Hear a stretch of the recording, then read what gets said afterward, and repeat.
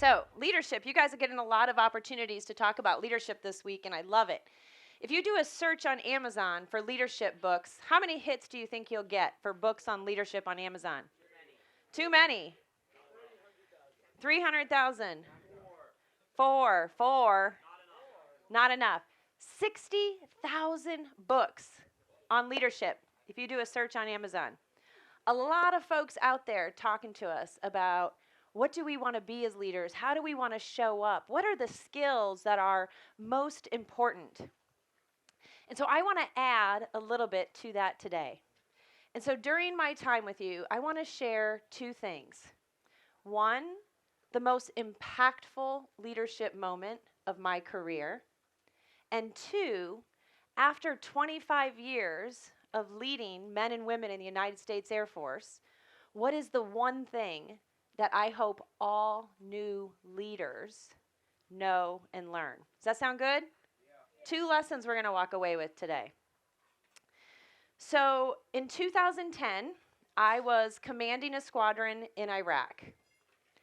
And despite the fact that I have worked for the Chief of Staff of the Air Force, the Chairman of the Joint Chiefs, the Secretary of Defense, I commanded in Iraq, I've commanded an organization at Barksdale Air Force Base, home of the Air Force's nuclear enterprise. Despite all that, my biggest leadership lesson came from Cocoa Puffs. Anyone think your biggest leadership lesson is going to come from Cocoa Puffs? Maybe Lucky Charms? What cereal do we think is going to be our biggest leadership lesson? Fruity Pebbles is probably close. What was that? Fruity Pebbles. Can I get a Fruity Pebbles for the win? Yeah. No. My biggest leadership lesson came from Cocoa Puffs. Let me tell you why. So as the commander in Iraq, I was responsible for the Force Support Squadron, and the Force Support Squadron is responsible for everything that allows a base to run. So you know the staff here who's putting on this camp, and they're making sure that you have a place to sleep, that you get fed, that you have a place to use the restroom, that we have medical care taking care of you, right? Like you have all these fitness activities. Well, that's what I was responsible for in Iraq, for a base of about 25,000 people. So about 3 times the number of people that you have here today. So I was responsible for feeding, fitness, laundry, MWR, all the fun things. Because of that, I was also responsible for 6 dining facilities, all of which served 1,000 people at a time. Cocoa Puffs. And so 6 dining facilities, 1,000 people at a time. We were serving 45,000 meals during any one period. That's pretty big, isn't it? That's a lot of food. And so as part of that, I was responsible for ordering all the meal, all the menu that we would have for the upcoming weeks. And when we would get the food in, we would get boxes of cereal. And we would put these boxes out on the tables. And when we got the cereal, we'd get one box that was like the fun, fabulous cereals that you all mentioned. Cocoa Puffs, Fruity Pebbles, Cheerios. And then we also got a box of cereal. What are the cereals we don't like very much? Raisin Bran, Life, Chex Mix. Yeah. Rice Krispie. Who doesn't love Rice Krispies? So we would get these boxes of cereal and we'd put them on the tables. And people would grab a container of cereal and they'd go about their day. And it seemed like, for some reason, people didn't really like the Cocoa Puffs. And so we would watch as the Cocoa Puffs would stay on the table, but the Cheerios would disappear, the Lucky Charms would disappear, the Frosted Mini Wheats would disappear, but the Cocoa Puffs would remain. Well, at the same time, I got a new boss, and this particular boss was very excited about CrossFit. Any CrossFit fitness fans out there? Lifting the weights? Yeah, right? He was super excited about CrossFit and really focused on the fact that when we are taking care of ourselves physically, we need to fuel our bodies appropriately. Agree? Yeah. So he liked the healthy cereals and that we really encouraged us to provide the healthy alternatives. So I'm in staff meeting one day. I'm one of the commanders. I'm sitting there with my group commander, who's the boss in between me and the wing commander. And he says to me, Dee Dee, what's going on with the Cocoa Puffs? And I said, what do you mean? And he said, they're just growing. They're taking over the table. We got to get rid of the Cocoa Puffs. The boss doesn't like seeing all the Cocoa Puffs. And I said, yes, sir. I'll take care of it. And he's like, okay, great. So I leave the meeting and I go to the staff meeting with my commanders, the folks who report to me. And I say to the gentleman, we'll call him Bob. Is that good? We'll call him Bob. And I say to Bob, he's responsible for the dining facilities, Bob, I need you to get rid of the Cocoa Puffs. And he goes, all over it, ma'am. Do you think Bob's going to take care of the Cocoa Puffs? Yeah. So I'm like, all right, great. So I go about my business. Again, I'm responsible for about 25,000 people. There's a lot going on. I've got to check different dining facilities. And about a week goes by. I'm in staff meeting with my boss. And he says to me again, Dee Dee, what's going on with the Cocoa Puffs? And I said, what? And he said, they're still there. And I said, what do you mean they're still there? And he says, they're still there and they're growing.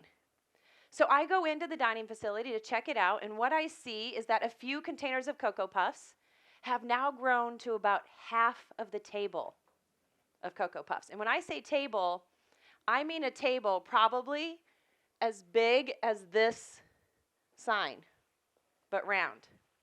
And half of the table is full of Cocoa Puffs. So I go back to my staff meeting and I say to Bob, Bob, what happened? I asked to get rid of the Cocoa Puffs. All over it, ma'am. And I'm like, okay. I see some chuckling, right? We're thinking, Bob, what's going on? Take care of the Cocoa Puffs, right? Come on, dude. Yeah. So he says, all over it. And I'm thinking, that's what you said last week. Is it starting to sprinkle? All over the. No. All over the table. Yeah, that's right. He's like, I'm all over it, all over the table, right. So another week goes by, and I'm in staff meeting with my boss, yet once again, and he says, Dee Dee, what is the problem? Why can you not get rid of these Cocoa Puffs? And I'm like, what? Why is this happening? So I get up the next morning. It's like 6 a.m. I walk into the dining facility. I haven't had my coffee yet, and you guys don't know this yet, but when you become of older years, caffeine is very important. Where are my caffeine addicts? Yeah, can you back me up a little? Like, yeah, I haven't had my coffee yet. I walk into the dining facility, and probably from here to that tree, can you all turn around and see that tree right up there? It's a pretty big distance, isn't it? I see a table of not a quarter of Cocoa Puffs, not a half a table of Cocoa Puffs, but an entire table full and dedicated only to Cocoa Puffs. Logan, is that your name? No. Oh, I saw your cast, and I thought, My name's Blake. Blake, you are a smart cookie. So I see this table full of Cocoa Puffs. What is the saying we've heard about Cocoa Puffs? Cuckoo for Cocoa Puffs. Anybody heard that? Yeah. Colonel Halfhill lost her mind and sees that table and starts stomping across the dining facility. And I'm not allowed to say it here because I understand there's a swear jar, but there were probably some swear words coming out of my mouth. And I see a giant garbage can, and I grab that garbage can and I drag it across the dining facility. And by the handful, I am shoveling Cocoa Puffs into the garbage can. Just shoveling as I am probably saying some very unkind language about Bob, right? Just going at it. I get all the Cocoa Puffs in the garbage, and I stand up. And what happens when we finally get to do something? We're like, and we stand up and we go, right? Wasai, got it out. Armfuls of Cocoa Puffs into the garbage can. And as I stop, I look up, and what do I see? I did not see Bob, thank God. I didn't see my boss, but that's a good one. The CrossFitter, no. No. What I see, who said that? Who said airmen? Yes. I see 3 of my young airmen just staring at me, watching Colonel Halfhill lose her mind over Cocoa Puffs. And I know you're learning a lot about leadership. And as we're learning about leadership, what do we want? How do we want to appear as leaders? Kind, put together. What else? Responsible. What else? In control. Right. So I don't want to look like I'm losing my mind over Cocoa Puffs. And here's the lesson that moment taught me when I saw my young airmen watching me, wondering, is Colonel Halfhill crazy? Has she lost her mind? Can I trust her? Can I follow her? The lesson, who you are is how you lead. I want you to hear that. Who you are is how you lead. Repeat it back to me. So that moment was a breaking point for me. I had just gotten to the point of complete frustration. Because you see, I was one of 4 commanders in my group. I was the youngest commander by all of us by about 4 years. Anyone can relate being the youngest in the group? Yeah. I was the only person commanding a squadron that I didn't grow up in. Anybody here ever have to do something they didn't feel totally prepared for? Felt like they weren't really equipped? Yeah. I was the only one who was in my first command. All my peers had already commanded once, so I felt like they were ahead of me a little.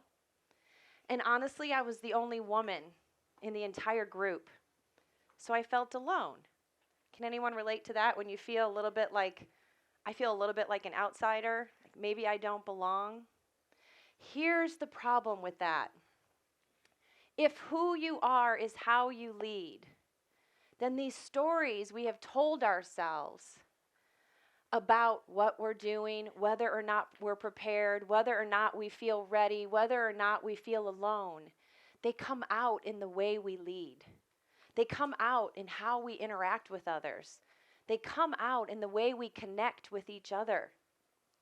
But by understanding these stories, we're telling ourselves that I'm not ready, I don't feel prepared, I'm too young, I don't have the right skills, I'm the only one, I'm all alone. When we tell ourselves those stories, we set ourselves up to show up in leadership differently than we want to.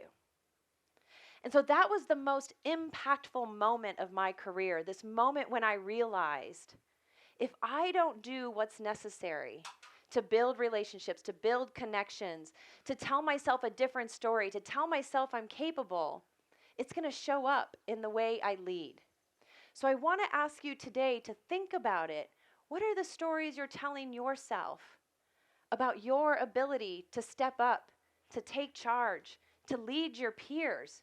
Are you telling yourself you're capable? Are you telling yourself you're ready? Are you telling yourself you're supported by a community? Or are you telling yourself you're not ready, that you're not capable? And I want to ask you to tell yourself the first ones instead. I am ready. I am capable. I am supported. Can you all do that for me right now? I am ready. I am capable. I am supported. All right, that's lesson 1. Lesson 2, and I'm going to need a volunteer. I need a senior patrol leader. Where are my senior patrol leaders? Okay, before you come up, do you have someone in your troop who knows you well? Bring them with you. Oh, you were friends. You're not friends now, right? Come on up on stage. All right. Tell me your name. I'm Rylan Knutson. Rylan? Yep. Am I saying that right? Yes, you are. All right. What's your name? Shell. Chell. Am I saying that right? Sure. Rylan and Chell. Boy, you guys couldn't give me easy names, could you? Not really. Not really. Okay. All right. Where are you from? I'm from Minnesota. He's from North Dakota. Yeah. Oh, that makes sense. Rylan and Chell, those feel like, okay. All right. Come over here. Come closer. All right. Rylan. How big's your troop? We're 32 total. Here, you go ahead and hold this. All right, thank you. Take turns sharing it when you're ready to speak. So 32 total. Rylan, if I were to ask you, what are 3 things you are uniquely good at that you do in leadership for your troop? 3 things that you are uniquely good at. I feel I try to take on some of the responsibilities myself that some of the lower scouts might be doing, like filling up water each night or helping cook or clean. So you take initiative. Take initiative. Yeah, awesome. Okay. I That's fe- one. I've taken notes at every SPL meeting. I've taken notes at every time a staff member's mentioned something that's changed over time or something brand new comes up. So you're very attentive. Take initiative, you're attentive. Do you share the notes? I do share the notes. I give Okay. them to the adults. If I'm walking with a scout, say to the bathrooms one night, I tell them, hey, tomorrow this is going to happen. This changed yesterday. What's going to change for the future and what we're doing tomorrow, that sort of thing. Okay, all right. And what's the third thing? I'd probably say that I can get up in the morning and I'm in good enough a mood not to yell at anybody. Oh, so you're a positive person. Yeah, I'd like to think so. So you're attentive, you're positive, and you take initiative. Why are those 3 things important to leadership? If you take initiative as a leader, you have the opportunity not just to see what you're trying to do come out on a lower level, but you're also making it go along smoother. Okay. Having positivity, that's something my scoutmasters talked a lot about, is if you have a positive attitude, it reflects on the troop and it reflects on your reputation. And why is that important as a leader? You, as a leader, you represent not just yourself, but your community, your organization. Oh. If you don't present yourself in a way that reflects well on your organization, Yeah. you can ruin it not just for yourself, but for everyone around you. Okay. And what was the third one? Attentive. Attentiveness. And you. The attentiveness is a good thing, is a good trait for a leader, not just because you can see from higher ranks above you on how they're operating, but also on the lower ranks. You can see how people are unhappy with something you're doing, how they want it changed, and it's good to have the attentiveness just to make sure that everyone's as happy as you can make them. Was it hard to come up with those 3? Yeah. What would you say he's really good at? That. What else? Well, I'm not very good at naming skills in general. So off the top of my head, Rylan is really good at, he listens really well to the troop. He knows where everyone's at and what everyone's doing.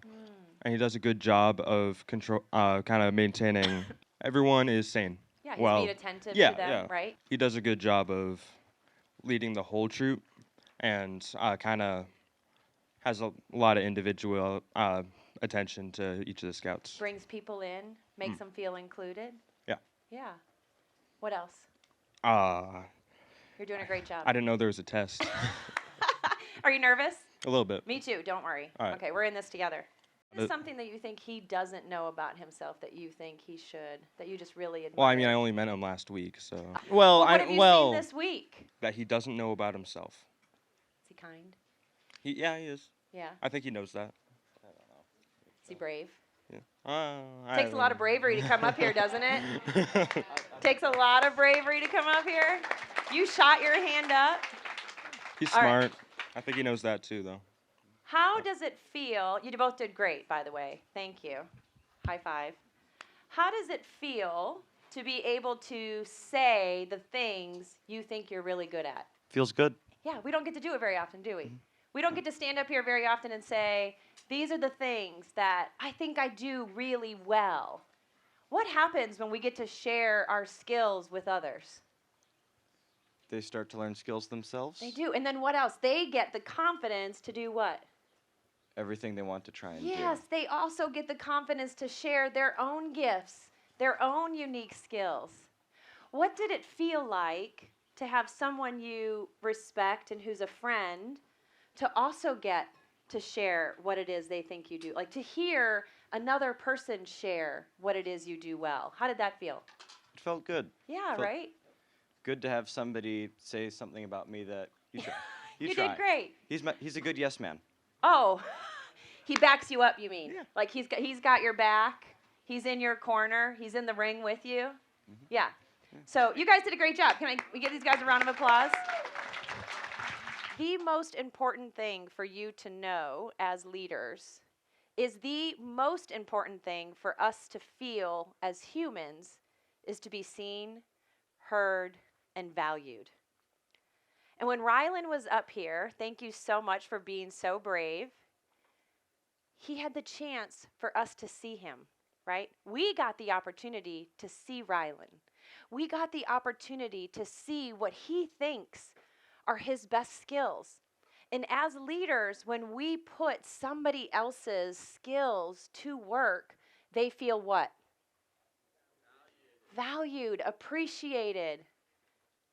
What did you all feel watching Rylan share the things he thinks he does well? Felt good. Did it feel good to hear someone else talk about the things they do well? Yeah, right? What else? What did you feel? If Rylan can share what he's really good at, I can share what I'm really good at. And what happens in an organization when we all get to feel what we're really good, when we all get to do what we're really good at? We build community. What else? We get stuff done. Yeah. It's this moment where, what do you got, sir? We succeed because we're bringing out the best in those we are leading. And it's as simple as asking a question, what is it do you think you're really good at? And oftentimes, I will say Rylan did amazing, because most of the time when we're up here and someone says, what is it you think you're really good at, what do? Oh, I can tell you what I'm really bad at, but it's really hard for me to tell you what I'm really good at, so we don't. What would the world look like if all of us really knew what we're really good at? And if all of us put into practice those things we're really good at? All right, I got time for one more volunteer. Oh, okay, we got a lot of support for you, sir. Come on up here. I love your flashy belt there. Do you need some help? All right, and what's your name? I'm David. David, thank you. All right. David, if you could put a billboard anywhere in the world, where would you put it and what would it say? Ooh, all right. Anywhere in the world. I think I'd put it somewhere with a lot of people. That's a good one. Don't know where exactly. It'd be like a really highly populated city, right? I don't know which one for sure. But, and I think I'd promote scouting. I definitely love scouting, and it's done a lot for me, and kind of the leadership aspect has helped me out a lot. And so why is that what you would pick? What has scouting done for you? So I think it's kind of changed who I am. I went to NYLT and then came back and staffed that. Got more involved with just some bigger things, and that kind of, changed the way I, communicate. Got more comfortable talking in front of people. My leadership style, just kind of everything. So, I'm really appreciative of that, and I'd love for more people to be able to experience the same thing. So I love that question. Thank you, David. Don't go, though. I'm going to keep you on the spot for another minute. All right. It's fun, isn't it? Yeah. You're brave. You're brave. Thanks. I love that question because when we ask someone, where is the billboard, where would you want to put it, and what would you want it to say, it gives us insight into what? Something they feel is really important.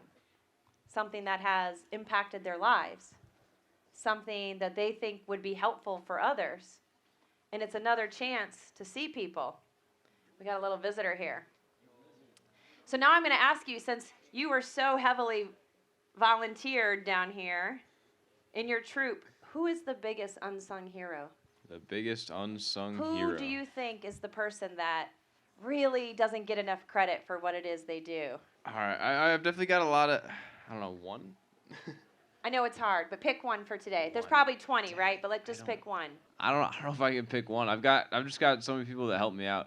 I've got just so many people. We've got a good leadership structure in our troop. We've got all our patrol leaders. What? Okay, so I'll take you off the spot because Hold this is on. hard, isn't it? And yeah, I think I've got a lot of people that have helped me out. I've got Ben's my ASBO. I've got Isaac we've delegated to a few times. Bennett we delegated to last night. So we definitely have leaned on them a lot. They've been supportive, and just all my patrol leaders, all my leadership has definitely been great, and just, kind of having that support around me. So I don't know if it's really one person. It's just kind of like the whole structure is kind of working together. And how does it feel to be able to publicly express gratitude for them? It feels really good. I really appreciate what they do, and I definitely couldn't do anything that I do without them, because then I'd have to do everything. So here's what I want you to hear in this moment. When we are leading, there are going to be hard moments. But it feels good to express gratitude, doesn't it? Does it feel like it lifted you up a little? Yeah, Like definitely. it gave you a little boost? Yep. Leadership is hard. There are going to be incredibly hard moments. You fuel yourself when you recognize the greatness around you. That expressing gratitude for others is actually a little bit self-serving because it gives you energy, it makes you excited, and it makes those around you feel included. And so we go back to the second lesson, that same lesson. The most important human need is to feel seen, feel heard, and feel valued. And when we feel valued and we express value, we grow our ability as leaders. So thank you, David. You did an awesome job up here. Round of applause for David. Thank you. I'm so proud of what you're doing here. Please keep it up. Thank you so much. And if you take away anything today, what can you do today to help someone feel seen, heard, and valued? Thank you so much.